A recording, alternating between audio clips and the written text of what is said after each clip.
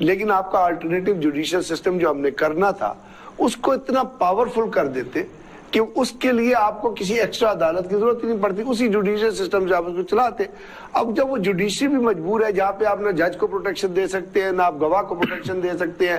ابھی آپ نے دیکھا ہوگا کہ بہت سارے کیسز جو ہے عدالت کے اندر چلائے گئے, وہ جیل کے اندر چلائے گئے, اسی ڈر سے کہ کلپریٹ باہر آئے گا تو وہ چھڑا کے لے جائے. پولیس کو آپ اکوپ نہیں کر سکے کہ وہ لانے وہ لوگ جن دہشت گردوں کو ہارڈ کور دہشت گرد کو لے کے آ رہی ہے ان کو پروٹیکٹ کر سکے. تو فوجی عدالتیں اس لیے بنائی گئی تھی کہ وہ لوگ جو انوالو ہیں لوگوں کے, پاکستان کے لوگوں کے سروں سے فٹ بال کھیلنے کے لیے, ان کو بھی اسی قسم کی پنشمنٹ جلد ٹائم فریم وقت میں دے دی جائے. اور آپ کہتے ہیں justice delayed is justice denied.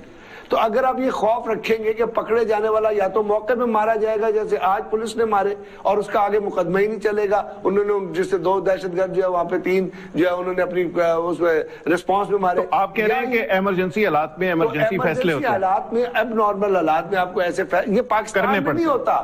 ہم آپ نہیں سمجھ رہے میری بات. ہماری کون سی ایسی جمہوریت ہے کل کی, ہماری کون سی 200 سال کی جمہوریت ہے. یہ ان ملکوں میں بھی ہوتا ہے جہاں 100 200 سال سے جمہوریت ہے. یہ ان ملکوں میں ہوتا ہے جہاں پہ ایجوکیشن لیول ہم سے زیادہ ہے. یہ ان ملکوں میں ہوتا ہے جہاں پہ پولیٹیکل لیڈر بھی ہمارے لوگوں سے پڑھے زیادہ ہے. یہ ان ملکوں میں ہوتا ہے جہاں عوام بھی زیادہ پڑھے لے, وہ بھی اب نارمل. اب ابو غریب جیل یا آپ وہ دیکھیں گوانتانامو بے, وہ کس لیے بنایا گیا تھا, وہاں کیوں بنایا, وہاں کتنے سیاستدانوں نے اس کی مخالفت کی جب 9/11 کے بعد وہ بنا. یار یہاں کون سی جمہوریت آ گئی, بالکل صحیح کہا. کون سے لوگ. ممتاز بھٹی صاحب, برگیڈی صاحب کی آپ گفتگو سن رہے ہیں, بات ہو رہی ہے کہ فوجی عدالتوں کے بارے میں بلاخر حکومت کو اور سٹیک ہولڈر کو احساس ہو ہی گیا, اور اب جو قوم کے بڑے ہیں, جو پولیٹیکل لیڈر ہیں, وہ سر جوڑ کر بیٹھیں گے اور فوجی عدالتوں کا فیصلہ جلد ہوگا. اور برگیڈی صاحب کہہ رہے ہیں کہ ایمرجنسی حالات میں اب نارمل فیصلے ہوا کرتے ہیں, اب وقت کی ضرورت ہے, اس پہ بحث نہ کی جائے, فیصلے کیے جائے. Step forward. دیکھیں, ہلو, جی آواز آ رہی ہے. ذوالفقار صاحب, بالکل یہ اس پہ پوری قوم کا اتفاق تھا. اگر آپ یہ کہیں کہ پارلیمنٹ کے اندر اتفاق رائے طے پایا تھا اور فوجی عدالتیں جو ہے وہ بنانے کی منظوری دی گئی تھی, لیکن ہمیں وہ پولیٹیکل ول نہیں نظر آیا. کیسز کی تعداد بڑی کم تھی, جو کیسز ریفر ہونے چاہیے تھے. اب چونکہ اس کا میکنزم یہ طے ہوا تھا کہ صوبائی حکومتیں جو ہے وہ کیسز بھجوائیں گی فوجی عدالتوں کو, اور فیصلہ وہ کریں گی کہ کون سے کیسز فوجی عدالتوں میں ٹرائل ہونے ہیں اور کون سے سول جو کورٹس ہیں اور مینول کورٹس ہیں ان کے اندر ٹرائل ہونا ہے. تو اب ہوا یہ کہ سندھ کے اندر جو آپریشن جاری تھا, وہاں کی گورنمنٹ نے موسٹلی بیسڈ وہیں پہ تھا. نہ پنجاب کی حکومت نے, صوبائی حکومتوں نے بہت کم کیسز بھیجے, اور at the end of the day criticize یہ کیا کہ فوجی اور یہ آن دا ریکارڈ ہے, رانا ثناءاللہ کی سٹیٹمنٹ اور دیگر پیپلز پارٹی کے لوگوں کی سٹیٹمنٹ, کہ فوجی عدالتیں جو ہے وہ کارکردگی دکھانے میں ناکام رہی ہیں. اس کے بعد پھر ISPR کو اس کے اوپر سٹیٹمنٹ جاری کرنی پڑی, اور انہوں نے پوری ڈیٹیلز جاری کی کہ کتنے کیسز ریفرز ہوئے تھے, کتنے کیسز کے فیصلے آئے, اور جو فیصلے آئے ان میں سے کچھ کی اپیلیں جو ہیں وہ سپریم کورٹ میں پینڈنگ تھی, یا کسی بھی وجہ سے اس کے اوپر عمل درآمد جو ہے وہ روکا ہوا تھا. تو اگر ان کو دیکھیں, صرف اس کی منظوری دینا ضروری نہیں ہے, بلکہ پورے میکنزم کو فعال کرنا بڑا ضروری ہے کہ کیسز جو ہیں وہ ترجیح بنیادوں پر بھیجے جائیں. جو دہشت گردی کیسز پینڈنگ ہیں, اس سے پہلے جو کیسز تھے وہ آپ کے سامنے, شوکت عزیز حملہ کیس, ملزمان بری, پرویز مشرف حملہ کیس, اس میں سے بھی کچھ بری. تو اس طرح کی چیزیں جو ہے, اور متعدد دہشت گرد جو حملے تھے ان میں سے زیادہ تر لوگ جو ہے وہ اسکیپ کرنے میں عدالتوں سے. اور پھر یہ اس طرح کے واقعات سامنے آئے کہ عدالتوں کے ججز کو ٹیلی فون کالیں گئیں, اور دہشت گردی, انسداد دہشت گردی کی جو کورٹس تھیں اس کے ججوں کے لیے کام کرنا مشکل ہو رہا تھا. ان حالات میں یہ فوجی عدالتیں بنی تھی, لیکن اس کے ساتھ بھی اس کو پولیٹیسائز کیا گیا, اور صوبائی حکومتوں نے اعتماد کا اظہار نہیں کیا, جس کی وجہ سے کیسز کی تعداد کم رہی.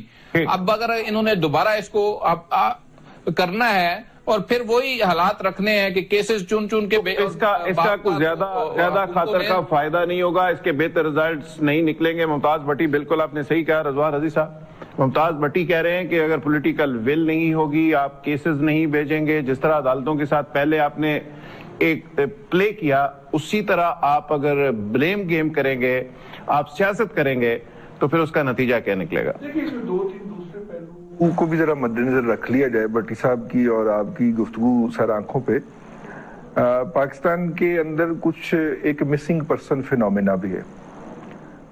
تقریباً 2800 کے قریب افراد ابھی تک سوات سے مسنگ ہیں. 2800 وہاں پہ ہاف ویڈوز ہم ان کو کہتے ہیں. پہلے یہ مقبوضہ کشمیر میں ٹرم تھی, اب وہاں پہ بھی ہے. اب ان میں تمام اداروں نے کہہ دیا یہ لوگ ہمارے پاس نہیں ہیں. فوجی عدالتوں میں ان میں سے 5 افراد کو سزائے موت دے دی گئی. تو کہاں سے آئے وہ افراد؟ سوال پیدا ہوتا ہے, ہونا چاہیے. پھر اگر فیئرنیس کی بات کی جائے تو یہ سوال پیدا ہوتا ہے کہ وہ 5 افراد پھر کہاں سے آئے. اس کا مطلب ہے کہ وہ افراد کہیں ادھر ادھر ہی ہیں اور ہمارے ادارے جو ہیں وہ جھوٹ بول رہے ہیں. ایک تو یہ بات ذرا آگے اس کو آگے لے کے چلتے. دوسری بات یہ کہ ان عدالتوں نے جو سزائیں دی ہیں اس کو سپریم کورٹ میں چیلنج کر دیا گیا, اور بہت ساری عدالتیں, بہت ساری سزائیں جو تھیں سپریم کورٹ نے ان کے خلاف اپیل کو انٹرٹین کر لیا. بہت سارے کے خلاف اپیل کو عزیز صاحب پھر آپ ذرا توصیف فرما دیں کہ آسما جہانگیر صاحبہ, میری بات پوری ہو جانے دیجیے. پھر سپریم کورٹ میں گیا کون؟ آسما جہانگیر صاحبہ گئی نہیں. آسما جہانگیر نہیں گئی, جنہوں نے کہا کہ پروسیکیوشن کے تقاضے پورے نہیں کیے گئے. آپ میری بات تو سن لیں نا پہلے. تیسرے, اس میں ان سزاؤں کے اوپر جو سزائیں ہو گئی تھیں اس پہ پوری طرح عمل ہی نہیں ہوا. وہ کس نے کرنا تھا؟ وہ پولیٹیکل گورنمنٹ نے کرنا تھا. کیونکہ اگر کسی کو سزائے موت ہو گئی ہے تو ایگزیکیوشن تو at the end of the day political government نے ایگزیکیوٹ کرنی ہے نا. ان میں سے بہت کم کے اوپر عمل درآمد ہو. وہ سول سائڈ پہ جو تھے اس پہ نہیں ہوا, جو آرمی سائڈ پہ تھے وہ ڈیتھ وارنٹ پہ تو آرمی چیف نے سائن کرنے تھے اور انہوں نے کیے. پرفیکشن دونوں سائڈ پہ نہیں ہے بھیا, میں یہ کرنے کی کوشش کر رہا ہوں. پرفیکشن دونوں سائڈ پہ نہیں ہے. وہ سٹاپ اس وجہ سے ہوا کہ صدر مملکت کے پاس اپیلیں جو ہیں, ان کی ریم کی اپیلیں جو ہیں وہ پینڈنگ پڑی رہی اور بڑا طویل عرصہ جو ہے وہ پینڈنگ پڑی رہی اور بڑی تاخیر سے انہوں نے فیصلہ کیا اس کے اوپر. صدر مملکت کے پاس یہ پڑی تھی جو, اور ڈیتھ پلینٹی کوئی ریویو نہیں ہوئی, کوئی ڈیتھ پلینٹی ایک بھی ریویو نہیں ہوئی. سپریم کورٹ نے کسی ایک بھی ڈیتھ پلینٹی کو جو ہے وہ ریویو نہیں کیا. ان عدالتوں کے حوالے سے پٹیشن گئی جو اب تک کے فیصلے آئے ہیں. البتہ جو اپیلیں آگے کی گئی صدر مملکت کو بھجوائی گئی ریم کی اپیلیں, اس کے اوپر جا کے پینڈنگ ہوئے. نہیں, پشاور ہائی کورٹ میں بھی ہوئی ہے. بات کر رہے ہیں جو اپیلز ہیں ان کے اوپر فیصلے بھی آئے ہیں, 3-4 اپیلوں کے اوپر پینڈ بھی ہوئی ہیں. اس کا کیا مطلب؟ اس کا مطلب یہ ہے, وہ یہ ہے کہ آپ کے پاس فوجی عدالتوں کے بعد بھی ایک ریویو کا جو انصاف کے تقاضے پورے کرتا ہے. یہ ہو سکتا ہے اگر وہ فورم اویلیبل ہے, تو آپ یہ نہیں کہہ سکتے کہ وہاں پہ دباؤ سے فیصلے ہو رہے ہیں. اس کا مطلب ہے وہ فیئر ٹرائلز ہو رہے ہیں, اور ان فیئر ٹرائلز کے پاس جو مجرم ہیں, ملزم ہیں, ان کو ایک آپ کے پاس ریمیڈی ہے. تو پھر تو یہ تو انصاف کے تقاضوں کو پورا کرنا ہے.